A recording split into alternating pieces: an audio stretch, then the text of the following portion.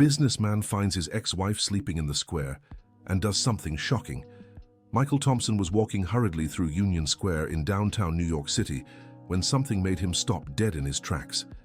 His steps slowed, hesitant, as his heart pounded in his chest. It couldn't be true, what his eyes were seeing. There, sleeping on a worn wooden bench, was Jennifer, holding two small children. His ex-wife, the woman he had abandoned 5 years ago when he found out she was expecting twins. Michael felt the world spin around him.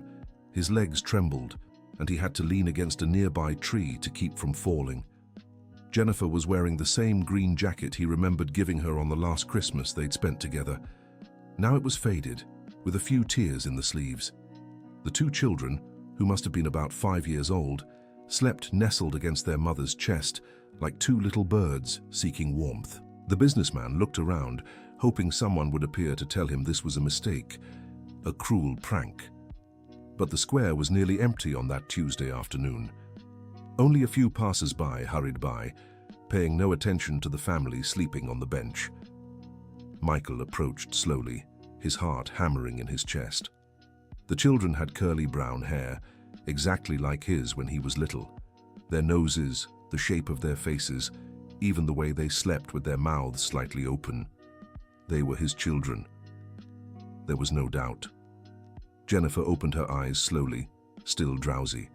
When her gaze focused and she recognized him, her face paled. She held the children tighter, like an animal protecting its young. "Michael," she whispered in disbelief. "Jennifer." He couldn't say anything else. His voice came out hoarse, choked.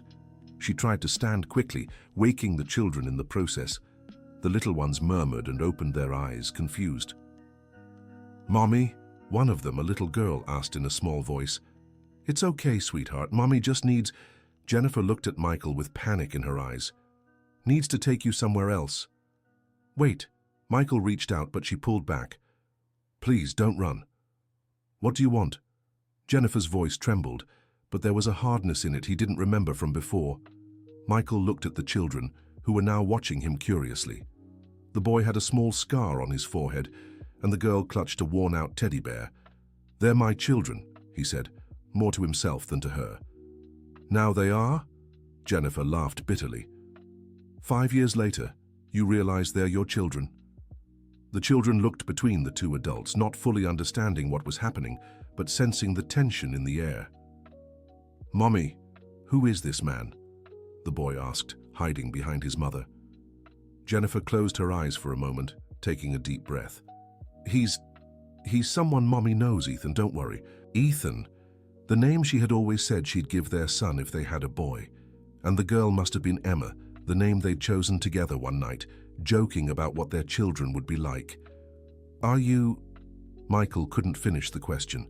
It was obvious they were sleeping on the street, but saying it out loud would make it too real. "We're fine," Jennifer answered quickly, pride in her voice. "We were just resting before heading home." But Michael saw the torn backpack at her feet, filled with belongings.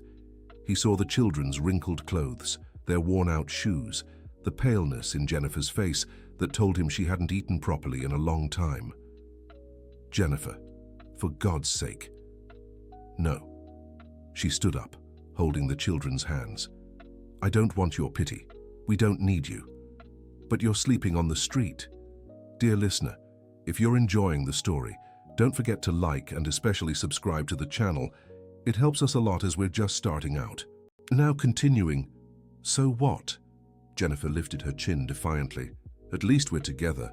At least I didn't abandon my children when they needed me most."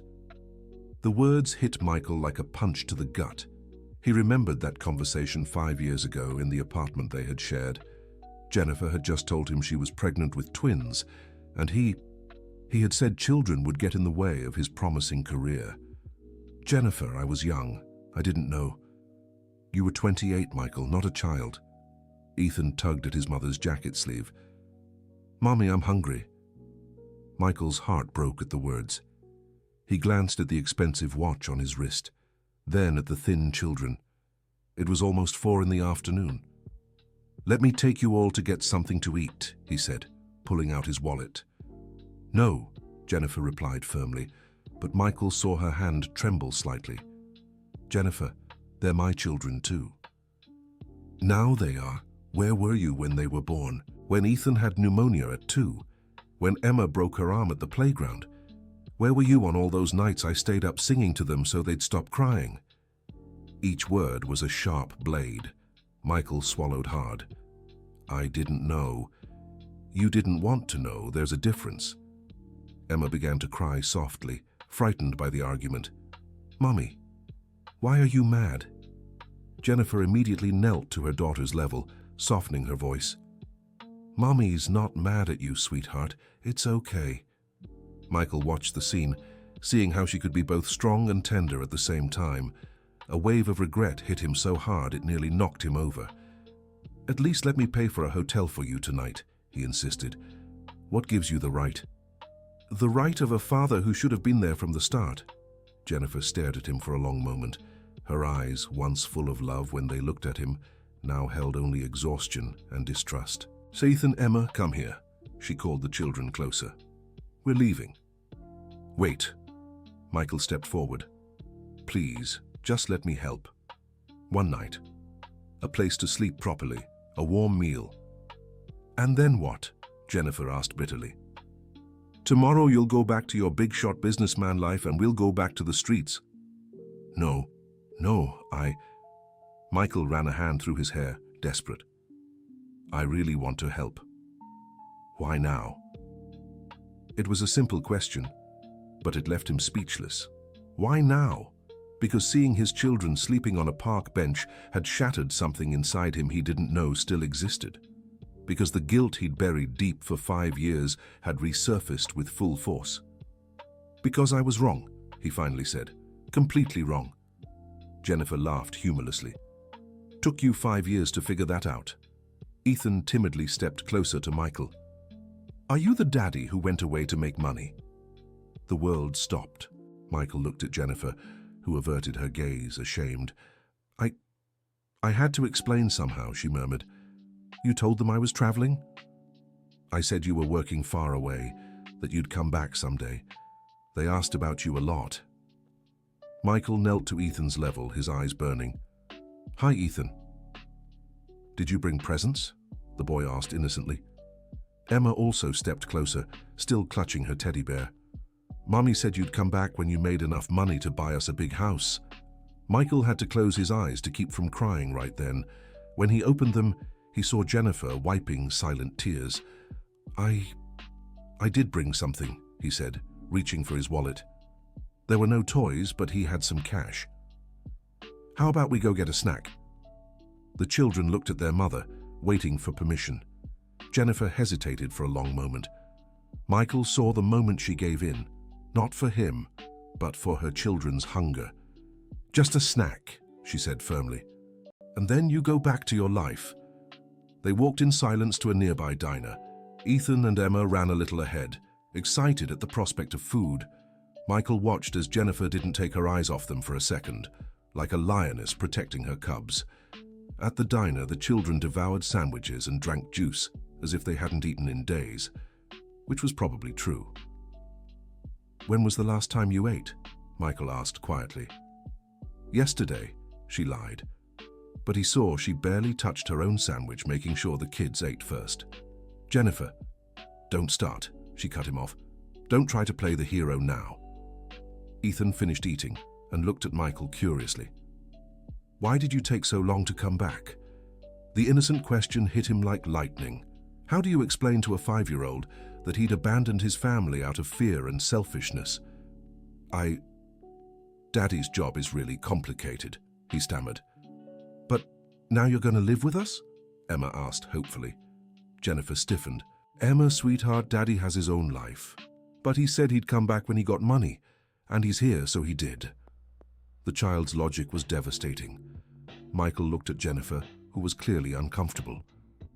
It's complicated, honey, Jennifer said softly. Why is it complicated? Ethan insisted. Olivia's family all lives together. Every family is different, Jennifer explained patiently. Michael watched how she handled the tough questions, always shielding the kids from the harsh truth. She was an amazing mother and he'd missed 5 years of seeing it. "Where are you staying?" he asked as they left the diner. "Here and there," Jennifer answered vaguely. "Mom, tell Daddy about Aunt Thompson's house," Ethan said innocently. Jennifer flushed. "Ethan, Aunt Thompson's nice, but her husband doesn't like kids, so we had to leave." "How long ago was that?" Michael asked, concerned. "A week," Jennifer admitted quietly. "How you've been on the streets for a week? Not your business." But Michael was already pulling out his phone. "What are you doing?" "Calling a hotel. I said I don't want your help." "And I said they're my kids too," he replied, already dialing. "Hello? I'd like to book a family suite for tonight." Jennifer tried to grab the phone, but Michael stepped back. "No, Michael, I won't accept this." "Why not?" "Because I know you. You'll do this today, feel good about yourself, and tomorrow you'll disappear again. And I'll have to explain to them why Daddy left once more." Her words cut deep, because he knew she was right. How many times in 5 years had he thought of reaching out, only to back out of convenience? "This time will be different," he said, but even to him it rang hollow. "Will it?" Jennifer crossed her arms. "Will you give up your business, your important dinners, your expensive cars to take care of 2 loud kids who wake up at night, who get sick?" You don't even know their middle names, Michael. You don't know Ethan's allergic to peanuts. You don't know Emma's afraid of the dark. You don't know they ask about you every Christmas, every birthday." Each word was a knife. Michael looked at his children, playing with twigs on the ground while the adults talked. "Then teach me," he said softly. "Let me learn." Jennifer stared at him for a long moment. "Are you serious?" "Never been more serious," she laughed bitterly. "You were serious too when you said you loved me. When you promised we'd build a beautiful family, remember?" Michael remembered. Every broken promise, every shattered dream. "I was a different man back then. And what guarantee do I have that you've changed?" He had no answer for that. How could he prove he'd changed when he didn't even know if it was true himself? "Let me try," he pleaded. "Just let me try." Jennifer looked at their children, then at him. "If you disappear again, Michael, if you break their hearts one more time, I will never forgive you. Never." "I won't disappear. You've disappeared before. It was different. I didn't know them. They didn't change, Michael. Your priorities changed, and priorities can change again." They fell silent for a moment. Ethan approached. "Daddy, are you sleeping with us tonight?" Michael looked at Jennifer, who took a deep breath. "Daddy will sleep in the room next door," she finally said. "We'll sleep in our room." "Why not all together?" Emma asked. Because Daddy snores too loud," Jennifer made up. The children laughed, and Michael felt a sharp pang of pain. He didn't even know if he snored or not. He knew nothing about what it was like to sleep near his children.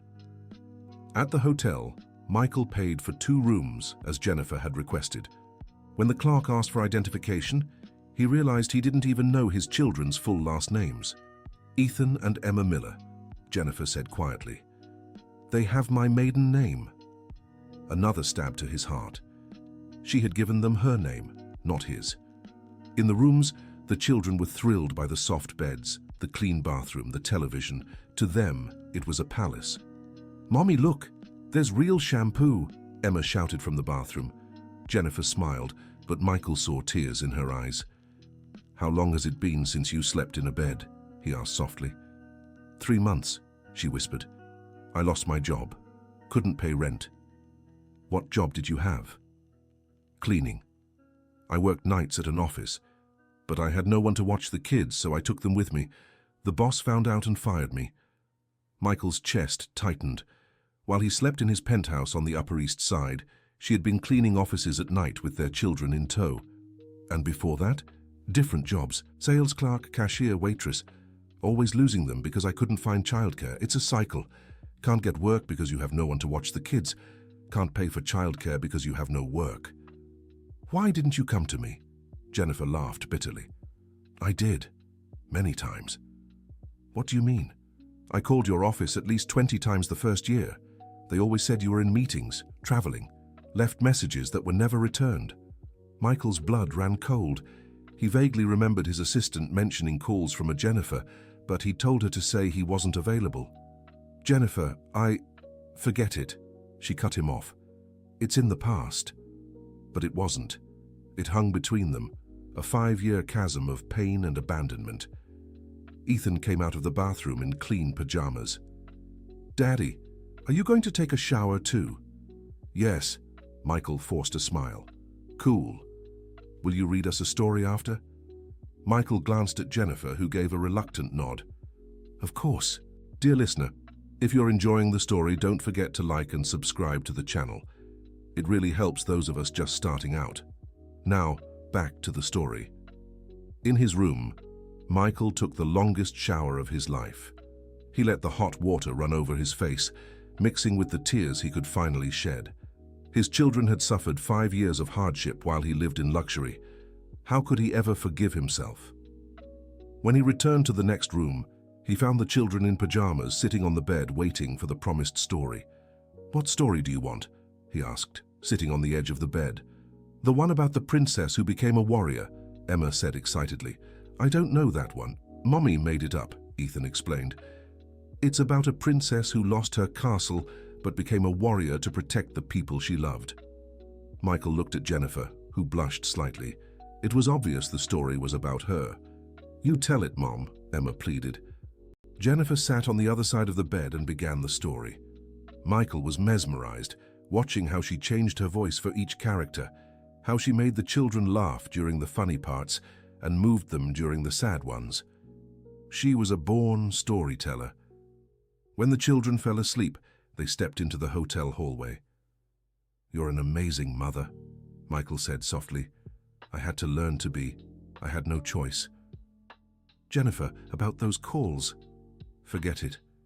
No, I need to explain. I knew you were calling. I told my assistant to say I wasn't available. She stared at him, hurt but not surprised. Why? Because I was scared. Scared of taking responsibility. Scared I couldn't be a father. Scared my career would collapse. And you were right, she said bitterly. Your career took off. I saw you in magazines, in the papers. Michael Thompson, the young, successful businessman. You followed my life. At first, yes. I wanted Ethan and Emma to know their father, even if it was just through pictures. Then I stopped. It hurt too much. They fell silent for a moment. What happened after I left? He finally asked. Jennifer took a deep breath. You left on a Sunday. On Monday, I woke up in pain and went to the hospital. Premature birth. Ethan and Emma were born at 7 months. Michael felt the world spin. They were in the NICU for 2 months. I went every day, stayed all day watching them through the glass, praying they'd survive. My God, Jennifer, do you know how much 2 months in the NICU costs? She continued. I sold the car, sold my wedding ring, sold everything we had, borrowed from everyone I knew. Why didn't you come to me? I did, she nearly shouted, but caught herself because of the sleeping children. I called you in desperation the day they were born.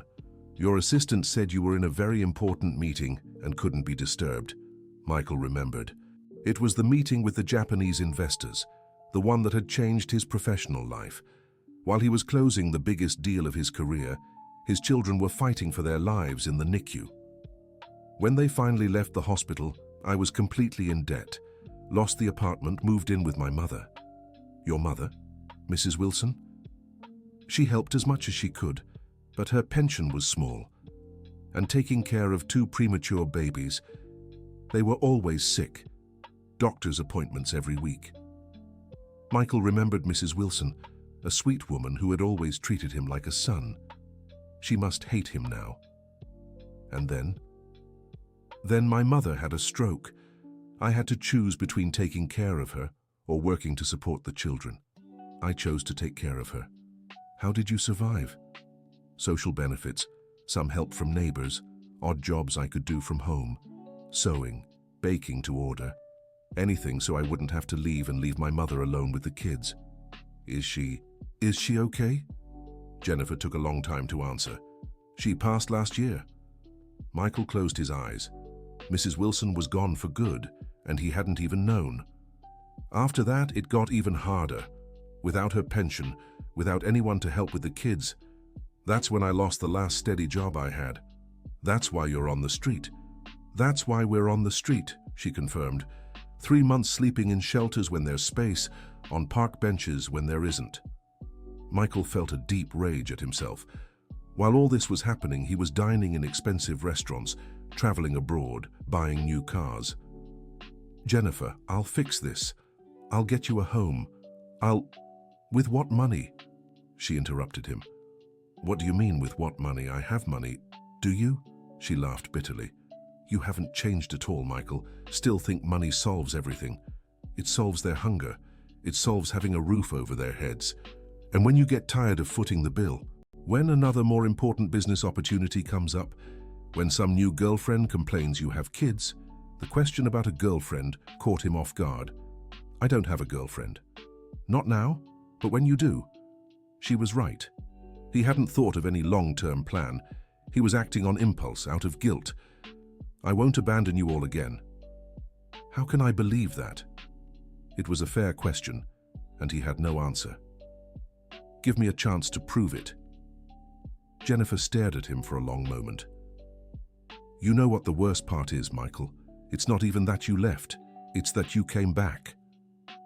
What do you mean? Because now they've seen you. Now they believe their father is really back. And when you leave again, it'll hurt so much more. I'm not leaving. Yes, you are. Maybe not tomorrow. Maybe not next week. But you will, because you haven't changed. You're just feeling guilty. Her words hit him because there was truth in them. Had he really changed, or was he just reacting to guilt? What do I need to do to prove I've changed? I don't know if there's a way, she said sadly. Trust is like a vase. Once it's broken, even if you glue the pieces back, the cracks remain forever. They returned to their rooms in silence. Michael stayed awake all night, listening to the sounds from the next room. The children had woken up in the middle of the night, scared by a nightmare, and he heard Jennifer soothing them with gentle words. In the morning, he found them having breakfast in the hotel restaurant. Ethan and Emma ate as if it were their last meal. Good morning, he said, sitting at the table. Good morning, Dad, the children chimed in unison. Jennifer merely nodded. Dad, are you taking us to the park today? Emma asked hopefully. If Mum says yes. We'll see, Jennifer said diplomatically. After breakfast, Michael had an idea. I want to show you something, he said, hailing a cab. Where are we going? Jennifer asked suspiciously. Trust me. The cab took them to a residential neighborhood in Brooklyn Heights. Michael stopped in front of a yellow house with a small but cozy backyard. What is this place? Jennifer asked. It was my grandmother's. She passed 2 years ago and left it to me. It's been empty since then. The kids ran off to explore the yard while the adults talked. Why did you bring us here? Because I want you to live here. Jennifer stared at him skeptically. Michael, just listen. The house is in my name, paid off. You can live here rent-free. It has 3 bedrooms, a yard for the kids to play in. And what's the catch? There is no catch. There always is, she said bitterly. Are you going to want me back? Are you going to demand rights over the kids you never had? No, I just want you to have a safe place to live. And when you get tired of playing the good guy, the deed will be in your name, he said suddenly. Jennifer looked at him in surprise. What? I'll transfer the house to you. That way, even if I change my mind, you'll always have a place to live. You'd do that? I would. For the first time since he'd found her, Michael saw a flicker of hope in Jennifer's eyes. Why? Because it's the least I can do after 5 years of walking away. The kids came running back, excited. Mom, Mom, there's a tree with a swing, Ethan shouted. And a little spot for a garden, Emma added. Jennifer looked at her children's joy, then at Michael. I need to think. Of course. They spent the rest of the morning exploring the house. Michael watched as the children ran freely through the backyard, as Jennifer smiled at their happiness. This was how it should have been from the start. That afternoon, back at the hotel, Jennifer finally spoke. I'll take the house. You will? But with conditions. What are they? First, You actually transfer the deed to my name. Second, you can't just show up whenever you want. If you want to see the kids, you schedule it first. Third, if you disappear again, stay gone. I won't have you drifting in and out of their lives. I agree to everything. And there's one more thing. What? I want to work. I won't live off your charity. Jennifer, you don't have to. Yes, I do. I need to keep my dignity. Michael nodded. He understood her need to be independent. Can I help you find a job? You can, but no special favors. I want to earn it on my own merit. Of course. A week later, they moved into the yellow house. Michael hired a truck to transport the few belongings Jennifer had stored at a neighbor's place. It wasn't much. Some clothes, the children's toys, photos. Watching Jennifer arrange their sparse belongings in the spacious house, Michael felt the weight of guilt once more. She had lost everything because of him. Jennifer, about the furniture. I'll buy things little by little, she interrupted. At least let me help with the basics. Beds for the kids, a fridge. She hesitated, but seeing Ethan and Emma running through the empty rooms, she gave in. Just the basics. Michael didn't mention that the basics he had in mind would cost more than she'd earned in years. He bought good quality furniture, nothing luxurious, a new but simple fridge, comfortable beds without extravagance.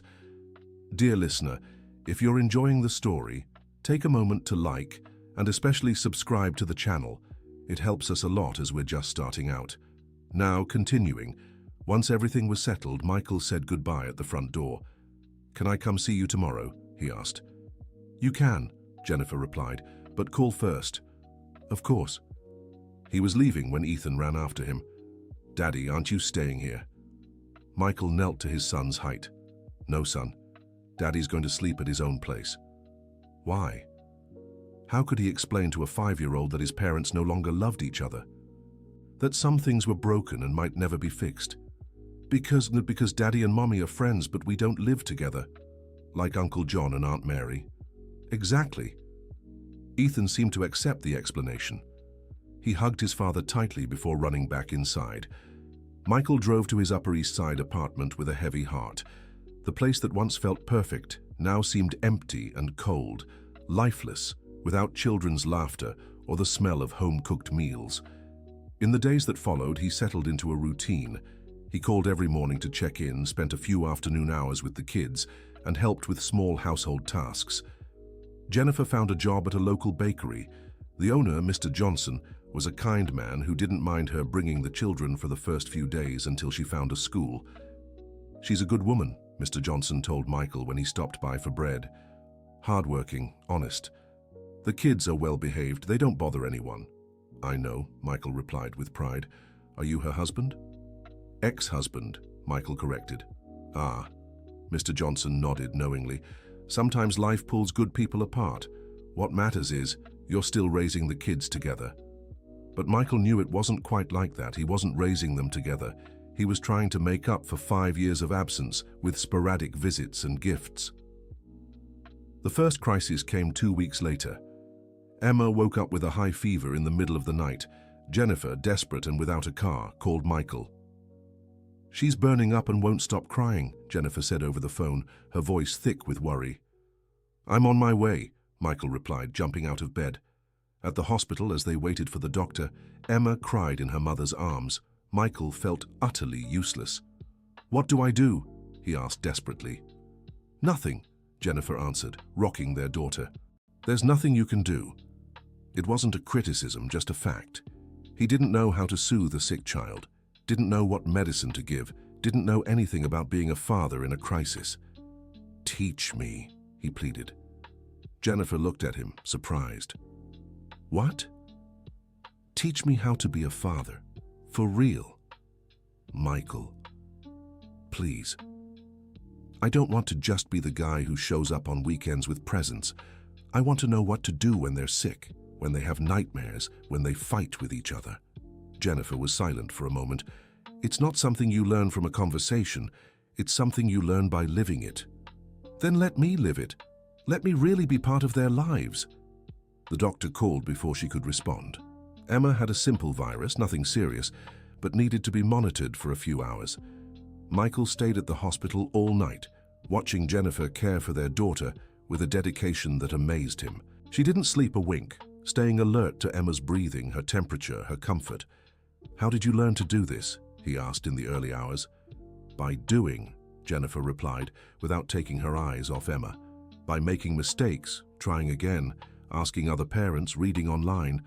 There's no instruction manual." "Weren't you ever afraid of getting it wrong?" "Always, every day." She met his gaze. "But fear isn't an excuse not to try." The words echoed in Michael's mind. Fear isn't an excuse not to try. That was exactly what he'd done 5 years ago, used fear as an excuse to run away. When Emma improved and they returned home, Michael made a decision. "Jennifer, can we talk?" "Of course." They sat on the porch of the yellow house while the children slept. "I want to propose something." "What?" "I want to spend more time with Ethan and Emma, not just weekends. I want to pick them up from school sometimes, be here when they're sick, go to parent-teacher meetings." "Michael, I'm not asking to get back together. I know that's not happening, but I want to be a real father. For good." Jennifer was thoughtful. "Are you sure? Because they've gotten used to the way things are. If you give up now..." "I won't." "How can I be sure?" "You can't," he admitted. "Only time will tell." Jennifer sighed. "All right. But take it slow, and on their terms, not yours." Of course. In the following months, Michael completely rearranged his life. He cancelled unnecessary trips, delegated more at work, and adjusted his schedule to be available when the kids needed him. He learned that Ethan was afraid of dogs after being chased by a stray when he was 3. He discovered Emma loved to draw and had a natural talent for art. He found out they both loved adventure stories and hated broccoli. Small things Jennifer knew by heart, but which were revelations to him. The first parent-teacher meeting was a milestone. Michael arrived nervous, unsure what to expect. The teacher, Mrs. Davis, a grey-haired woman, greeted him warmly. "You must be Ethan and Emma's father. Jennifer speaks highly of you." "She does?" Michael was surprised. "She says you were working far away but came back to be close to the children." Michael glanced at Jennifer, who looked away. Even after everything, she still shielded him from public shame. "The children are wonderful," Mrs. Davis continued. "Polite, bright. Ethan excels in math, and Emma is very creative. But..." "But?" Jennifer asked worriedly. "They sometimes get very quiet, as if they're afraid of being a bother. And Emma draws the family a lot. Always 3 people in a small house." Michael felt his chest tighten. The children still carried the marks of the difficult life they'd led. After the meeting, in the car, Jennifer finally spoke. "Why didn't you tell the teacher the truth?" "What truth?" "That you weren't working far away, that you abandoned us." Michael pulled the car over to the shoulder. "Because I don't want the children to carry that shame. They're not to blame for my mistakes." "But it's a lie." "Yes. But it's a lie that protects them. Didn't you do the same when you said I was traveling?" Jennifer fell silent. "It's different," she said finally. "Why? Because I lied to protect them from the truth. You're lying to protect yourself from the shame." Michael realized she was right. Part of his motivation really was to avoid others' judgment. "You're right," he admitted. "But the result is the same. The children don't need to know, at least not now. And when they grow up, when they start asking harder questions, then we tell them the truth, in a way they can understand." Jennifer nodded reluctantly. The first birthday party Michael attended for the children was both heartwarming and painful. He'd missed 5 birthdays, 5 Christmas celebrations, 5 first days of school. But he was there for the 6th birthday, and that had to count for something. The party was simple, held in the yellow house, with a few school friends and neighbors. Michael was surprised to see how beloved Jennifer was in the community. Everyone treated her with warmth and respect. "She's special," said Mrs. Thompson, an elderly neighbor. "She only moved here a few months ago, but she's already won everyone over. Always helpful, always smiling, even when we can see she's tired." "She's always been like that," Michael said with pride, but also with sadness. Pride in her, sadness for wasting 5 years away from this incredible woman. During the party, Ethan approached him. "Daddy, will you be here again next year?" The innocent question hit him like a punch. "Of course, son. Promise?" "I promise." Ethan smiled and ran back to play with his friends. Michael watched, thinking about the responsibility he'd just taken on. A promise made to a 6-year-old was sacred. Later, when everyone had left and the children were asleep, Michael helped Jennifer clean up. "It was a beautiful party," he said. "They were happy, that's what matters. Jennifer, can I ask you something?" "What? Have you forgiven me?" She stopped putting away the dishes and looked at him. "It's a complicated question." "How so?" "Forgiving and trusting are two different things. I forgave you because holding on to anger only hurt me. But trusting, that's still a work in progress." "I understand. You've changed, Michael. I'll give you that. But I'm still afraid it might be temporary. What if it's not? What if I've really changed for good?" "Then we'll see," she said with a slight smile. "Time will tell." 6 months later, Michael had to travel to New York City for urgent business. It would only be 3 days, but it was the first time he'd be away from the children since returning to their lives. "When will Daddy be back?" Emma asked anxiously. "Friday, sweetheart. It's just 3 days. Do you promise you'll come back?" The question broke his heart. Even after months of being there, they still feared abandonment. "I promise." In New York City, Michael could barely focus on work. He called 3 times a day to talk to the kids, sent photos of where he was, bought silly gifts just to show he was thinking of them. On Thursday night, he got a call from Jennifer. "Michael, Ethan's in the hospital." The world stopped. "What happened?" "He fell off his bike and hit his head. The doctors don't think it's serious, but they want to run some tests. I'm on my way." "Michael, you don't have to—" "I'm coming," he repeated, already packing his bags. He drove all night to reach the hospital. He found Jennifer in the hallway with Emma asleep in her arms. "How is he?" "Better. The tests didn't show anything serious. Just a mild injury, but they want to keep him under observation until tomorrow." "Can I see him?" "Of course." Ethan was awake in the hospital bed with a bandage on his forehead. "Daddy!" he shouted when he saw him. "You came back." "Of course I came back. Are you okay?" "I am. But it hurt a lot." Michael sat on the edge of the bed and hugged his son. "Daddy was in New York City, but he rushed here as soon as he heard you got hurt. Did you leave work because of me? I'd leave everything for you. You and Emma are more important than any job." Ethan smiled happily. "Mommy said you always come when we need you." Michael looked at Jennifer, surprised. Had she said that? "Always," he confirmed. "Whenever you need me, Daddy will be here." And he meant it. For the first time in his life, Michael was absolutely certain of one thing. Those children were his top priority, and nothing in the world would make him abandon them again. In the car on the way home the next morning, Jennifer finally said, "Thank you." "For what?" "For coming back yesterday. Ethan was really scared, and knowing you dropped everything to be here, it made a difference." "Of course I came back." "It wasn't always so obvious," she said softly, "but it is now." She looked at him, and for the first time in a long while, Michael saw something like trust in her eyes. Months turned into years. Michael didn't miss another important moment in the kids' lives. He was there for preschool graduation, Emma's dance recitals, Ethan's soccer games. His company kept growing, but now he had learned to balance work and family. He hired capable managers, delegated responsibilities, and set clear boundaries between his professional and personal life. On the 3rd anniversary of their reunion, Michael woke up earlier than usual. It was Saturday, and he had planned a special day with the kids. They'd go to the zoo, then the movies, and end with dinner at the Yellow House. When he arrived to pick them up, he found Jennifer packing a suitcase. "Are you going somewhere?" he asked. "Not exactly," she replied, looking nervous. "What do you mean?" The kids came running in. "Daddy, Daddy, Mommy has a surprise," Emma shouted excitedly. "What surprise?" Jennifer took a deep breath. "Michael, there's something I need to tell you." His heart raced. Was it another tragedy? Was she sick, moving away? "What? I met someone." The world stopped. Of all the things he'd imagined, This hadn't crossed his mind. Met someone? What do you mean? A man.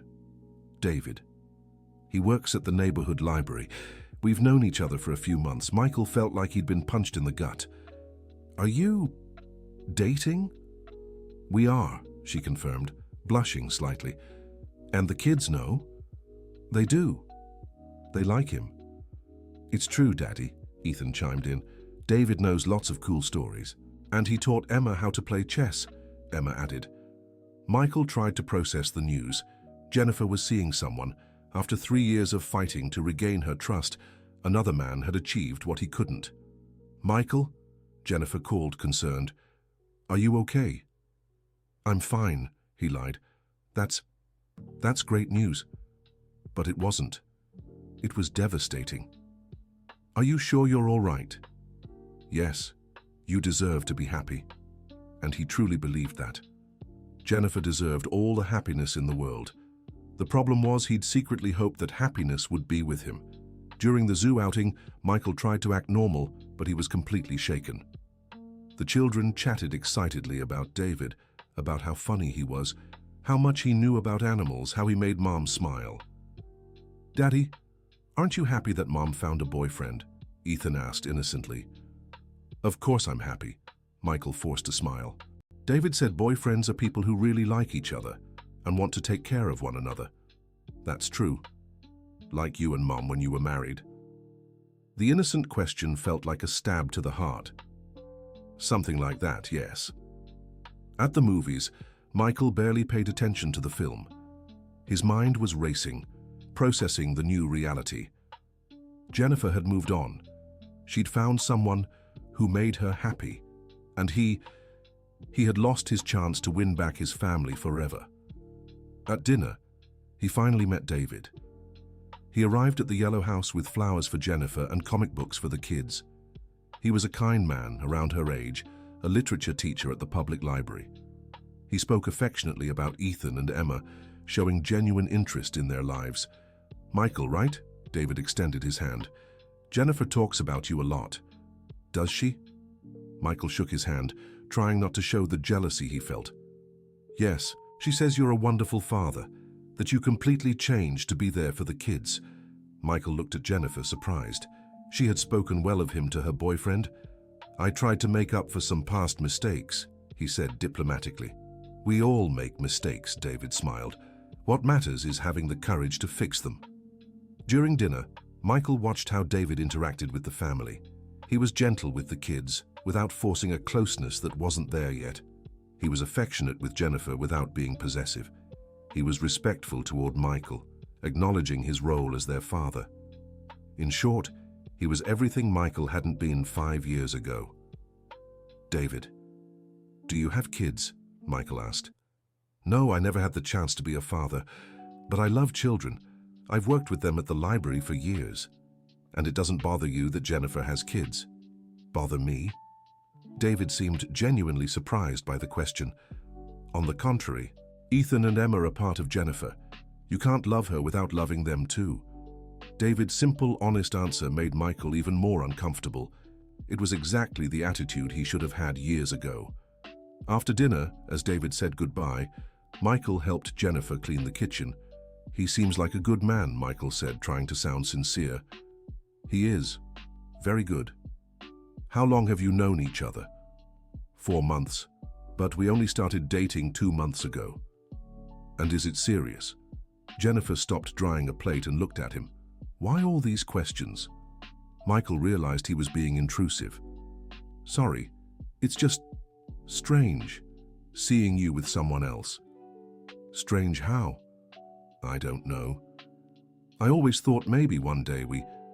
Michael, she gently interrupted. You knew this could happen. I did. Of course. I'm 33. I wasn't going to stay alone forever. She was right, of course. But he had deluded himself into thinking that if he was patient, if he proved he had changed, maybe she'd give him a second chance. Are you in love with him? Jennifer hesitated before answering. I'm interested. He's good to me. He makes me laugh. The kids like him. But are you in love? Michael, that's none of your business. You're right. I'm sorry. They finished cleaning in silence. When Michael left, he said goodbye to the kids as he always did. Daddy, are you coming tomorrow? Emma asked. Of course, sweetheart. And will you get to know David better? Michael forced a smile. Sure. Driving home, Michael felt an emptiness in his chest he hadn't felt in years. He had grown used to being part of Jennifer's life, even in a limited way. Now he'd have to share that space with another man. Worse than that, he would have to accept that another man could become a father figure to his children. In the days that followed, Michael tried to process his feelings. Was he jealous? Of course. Was he hurt? That too. But above all, he was confused. For 3 years, he had dedicated himself completely to being a good father, believing it would eventually bring him back to a complete family. Now he realized he had confused being a good father with winning back his ex-wife. On Wednesday, when he picked up the kids from school, Ethan asked a question that caught him off guard. Daddy, if Mommy marries David, will he be my stepdad? Michael nearly crashed the car. Why are you asking that? Because my friend at school said when his mum got married again, he got a stepdad. And how do you feel about that? Ethan thought for a moment. I don't know. David's nice, but you're already my dad. And I always will be, no matter what. Even if he lives with us? The idea of David living in the yellow house, sleeping in the same bed as Jennifer, making breakfast for his kids, it felt like a knife to the heart. Even then, Michael managed to say, it's too. That's good, Ethan smiled, relieved. That night, Michael couldn't sleep. He called his older brother, Christopher, who lived in Los Angeles. Christopher, it's me. Michael, what a surprise. How are things? Complicated. What happened? Michael told him the whole story, the abandonment, the reunion, the 3 years trying to be a good father, and now David. Man, Christopher said after hearing everything, you're still in love with her. Am I? Obviously. You didn't do all this just out of guilt. You did it because you still love her. But she's moved on. And you can't blame her for that. I know, but it hurts. Of course it hurts. You lost the love of your life because of pride and fear. Now you have to live with the consequences. Christopher had always been brutally honest, but he was right. What do I do? Accept it. Keep being a good father, and hope she's happy. What if she marries him? Then you go to the wedding, wish them both well, and keep being a good father. Is it really that simple? No, it'll be one of the hardest things you've ever done, but it's the right thing. The following weekend, Michael took the kids to spend the day at his penthouse. They loved the building's pool and the city view. Daddy, Emma said while they swam, are you sad? Why do you ask, sweetheart? You're not smiling much. Michael was surprised. He didn't realize the kids had noticed his melancholy. Daddy's just thinking about some grown-up stuff. Is it about David? Her perceptiveness stunned him. Why do you say that? Because you've been different since you met him. Michael stopped swimming and sat on the pool's edge. Emma joined him.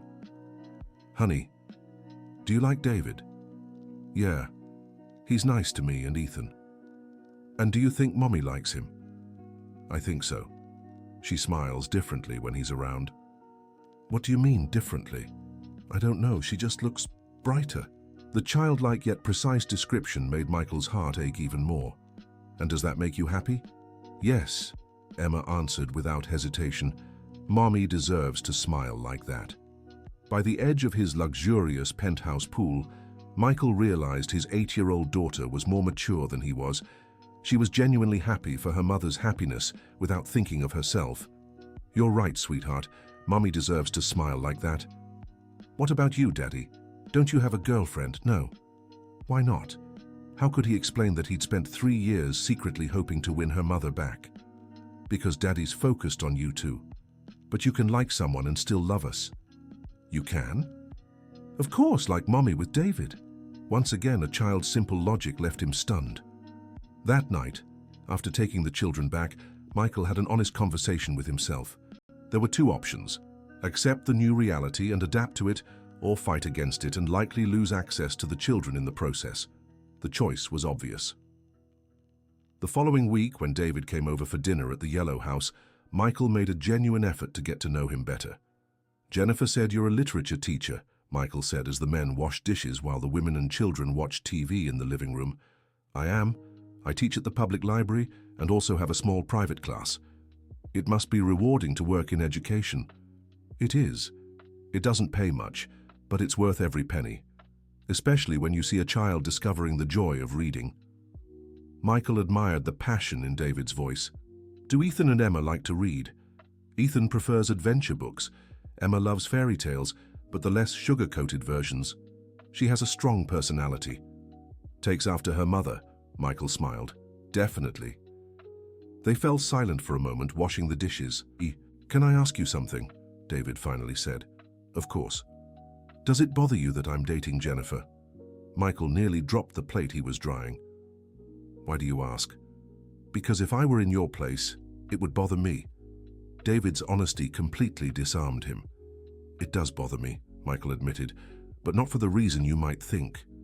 "What do you mean?" "It's not jealousy, or at least not just that. It bothers me because in 4 months you've managed something I couldn't in 3 years. "What?" Making her smile. "Truly." David stopped washing the dishes. "Michael, you know you and I are in completely different situations, right?" "How so?" "You carry a history, a heavy one, with mistakes and regrets. I'm starting from scratch with no baggage. It's easier for you. Much easier. But that doesn't diminish what you've done." "What have I done?" "You came back, owned up to your mistakes, completely changed your life to be close to your kids. That's not nothing." Michael was surprised by the acknowledgement. "Does Jennifer tell you these things?" "She does. She says you're the bravest man she knows." "She said that?" "She did. She said it's much harder to fix a mistake than to never make one." Jennifer's words, relayed by David, touched Michael deeply. "Can I ask you something?" Michael said. "Of course." "Take good care of her. And the kids." David looked at him seriously. "I will. I promise. And if one day you two get married, keep making space for me in their lives. Michael, you're their father. Nothing and no one will change that." For the first time since meeting David, Michael felt he could trust him. 2 months later, Jennifer announced that David had proposed. "And you said yes?" Michael asked, trying to keep his voice steady. "I did." "When's the wedding?" "In 6 months. We want something simple, just family and close friends." "Are the kids happy?" "They are. Ethan's going to be the ring bearer. Emma will be the flower girl." Michael nodded, swallowing his emotions. "And where will you live?" "David's moving in here. The house is big enough." The yellow house he had given her would now be home to another man. It was ironic and painful. "Michael," Jennifer called to him, "I want to ask you something." "What?" "I want you to come to the wedding." Michael looked at her in surprise. "Are you sure?" "I am. You're part of the family. Ethan and Emma want you there." "And you, do you want me there?" Jennifer hesitated. "I do. It would be strange if you weren't." Michael didn't know if he could bear watching Jennifer marry another man, but he knew he couldn't disappoint the children. "I'll be there." The wedding took place at a small neighborhood church, followed by a reception at the Yellow House. Michael arrived early, helped with the preparations, and tried to keep a smile on his face. Ethan looked adorable as the ring bearer, and Emma was radiant as the flower girl. They ran to hug him as soon as he arrived. "Daddy, you came!" Emma shouted. "Of course I came. I wouldn't miss Mommy's wedding for anything." "Do you think Mommy looks pretty?" Ethan asked. Michael looked at Jennifer in her simple yet elegant dress, with flowers in her hair, smiling in a way he hadn't seen in years. "She's beautiful," he said sincerely. During the ceremony, Michael stood at the back of the church watching. When the priest asked if anyone objected to the marriage, he felt a wild urge to stand up and shout that he objected, that he still loved Jennifer, that he wanted a second chance. But he stayed quiet. Because love was also this, letting the person you love be happy, even if it wasn't with you. David and Jennifer exchanged simple but heartfelt vows. She promised to love and respect him, and he promised to care for her and the children as if they were his own. When they kissed, Michael felt a pang in his chest, but also a strange relief. Jennifer was safe. She was with someone who truly loved her. The kids would have a present and loving father figure. At the reception, Michael made sure to congratulate the newlyweds. "Best wishes," he said to David, shaking his hand. "Thank you, and thank you for being here." "Jennifer," Michael turned to her, "you look radiant. Thank you, Michael, for everything, for coming, for supporting, for changing. You deserve all the happiness in the world. So do you." They hugged, a farewell to a story that would never be finished, but also a moment of gratitude for the story they had built together as parents. During the party, Michael watched David playing with Ethan and Emma, saw how he treated them with genuine affection. He saw how Jennifer smiled, relaxed and happy, and he realized that, despite the pain, he was at peace with the situation. Around 10 at night, the kids started getting tired. Michael went over to say goodbye. "Daddy, aren't you staying here tonight?" Emma asked sleepily. "No, sweetheart. Tonight is Mommy and David's special night." "But will you come tomorrow?" "I will." "Promise?" "I promise." 2 years passed. Michael kept his word, remaining a present father. David turned out to be a wonderful stepfather, but he never tried to replace Michael. He complemented, not competed. The kids grew up loved by 3 adults who, despite past complications, managed to form an unconventional yet functional family. Michael also changed. He started dating an architect named Sarah, an independent and mature woman who understood his situation and respected his relationship with the kids. One Sunday morning, exactly 5 years after their reunion in the square, Michael got a call from Jennifer. "Michael, can you come over? We need to talk." Her serious tone worried him. "Did something happen to the kids?" No, they're fine, but I need to talk to you in person." Half an hour later, Michael was in the living room of the yellow house. Ethan and Emma were playing in the backyard, and David had gone out to buy bread. "What's wrong?" he asked, concerned. Jennifer took a deep breath. "I want to tell you something I never told you before." "What?" "About when you left. About the early years." Michael braced himself to hear more painful details about what she had endured. "When Ethan and Emma were born premature, I was desperate. I had no money, no support, didn't know if they'd survive. Jennifer, let me finish. One night in the NICU, I was crying in the hallway when a nurse approached me. She said someone had paid the entire hospital bill, all the kids' treatment." Michael looked at her confused. "What do you mean?" "Someone had left a huge sum to cover all the expenses. The nurse said the person asked not to reveal their name." Michael's heart began to race. "I thought it was some anonymous benefactor, someone from the church, I don't know. But a few years later I found out the truth." "What truth?" "It was your mother." The world stopped. "My mother?" "Mrs. Anderson. She found out about her grandchildren's birth, went to the hospital, saw the situation and paid for everything." Michael was speechless. His mother had died 3 years earlier, and he never knew about this. "She made me swear I'd never tell you. She said you were going through a hard time, that one day you'd understand your responsibilities on your own." "My mother did that?" "She did, and not just once. For 2 years, she sent money every month, always with a note saying it was for her grandchildren." Michael began to cry. His mother, who he thought had disapproved of his choices, had secretly protected his children. "Why are you telling me this now?" he asked through tears.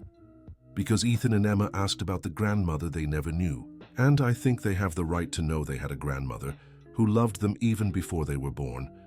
She never told me anything. She knew you'd come back one day. She said children with a good mother always find their way home." Michael cried even harder. His mother had believed in him when he didn't even believe in himself. "There's one more thing," Jennifer continued. "What?" "She left letters. One for each grandchild and one for you. I've kept them safe for 3 years." Jennifer left the room and returned with a yellowed envelope. Michael's name was written in his mother's familiar handwriting. With trembling hands, he opened the letter. "My dearest son, if you're reading this, it means you've finally found your way back to your family. I always knew this would happen.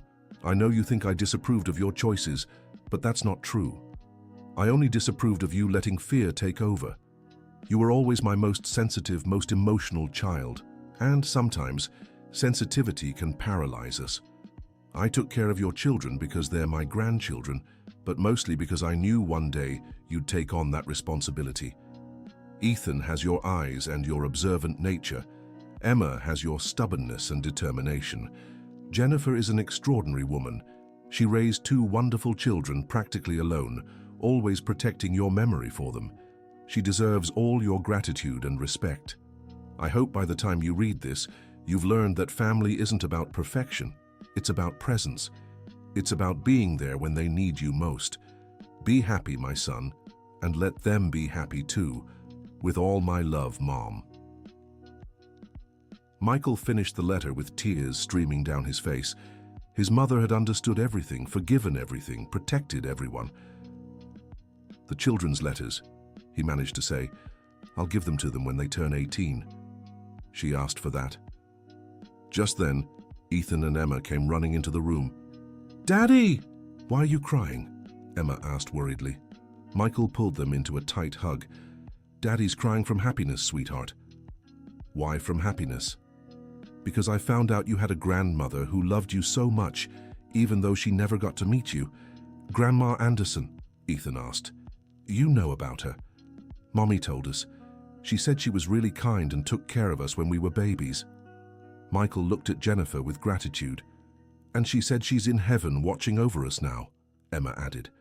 That afternoon, for the first time in years, Michael felt complete peace. His mother had protected his family when he couldn't. Jennifer had found the happiness she deserved. Ethan and Emma were growing up loved and secure, and he had learned to be a father even if 5 years late. As he was leaving the yellow house, David arrived with groceries.